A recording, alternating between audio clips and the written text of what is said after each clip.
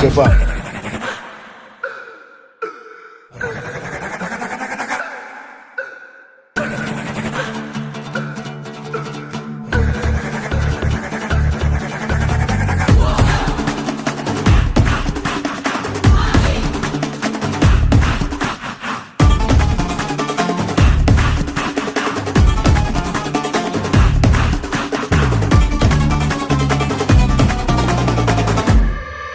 ఆడు కాలు మీద కాలేసి కూసున్నాడంటే బండరాయి కూడా బంగారు సింహాసనమంట వేరే సింహాసనమేదైనా మట్టి బండరాయంట ఆడు చేతిలోన సీయేసి మాటిచ్చాడంటే తుపాకిలోచి తూట దూసుకెళ్ళినట్టే